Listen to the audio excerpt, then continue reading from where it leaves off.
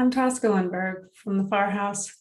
And this morning I was blessed to be on a support meeting for food addiction professionals. And the topic that we brought up there was really, I thought, interesting and deep. We were talking about the label food addiction and how there's such a stigma associated with the word addiction. The science, I think, is really, really clear that what happens in our brains as food addicts is the exact same thing that's happening in a drug addict or an alcoholic's brain. There really is no difference except for the substance that we're using.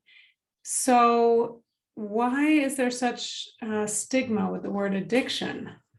I think, for those of us who are food addicts, we don't typically have the kind of criminal element that gets involved with alcoholism and drug addiction because of, legality issues. And obviously drugs and alcohol really inhibits people's judgments. So they are not actually doing things that they should be doing a lot of the time.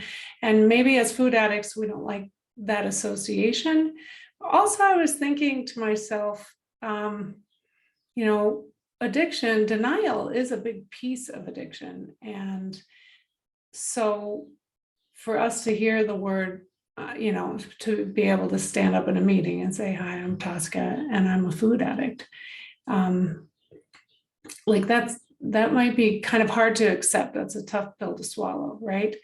So in thinking about denial, I kind of feel like it's a piece of grief. Denial is the first stage of grief.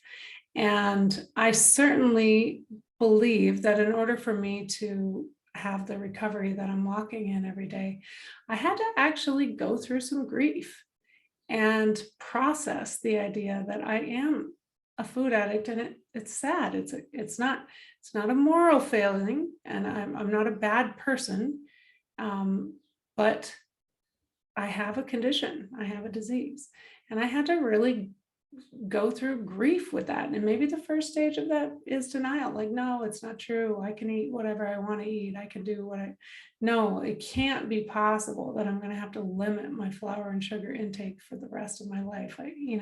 Just fighting that off.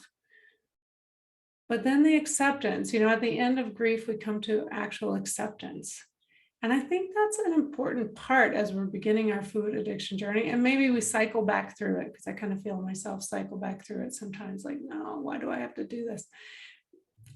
It's just the way it is. And acceptance and surrender, to me, are two of the biggest things that have brought me such relief and such peace, and just peace with my condition and recovery. And without acceptance and surrender, I wouldn't be able to day by day walk the path that I have to walk as a food addict. So just thinking about the word addiction and thinking about, the stigma associated with it. And I feel like our country and our world is shifting little by little to the point where, we can lose that stigma, because, and what we have to do is really accept the fact that, drug addicts and alcoholics also, as addicts, are not bad people. They have a disease just like you and I might.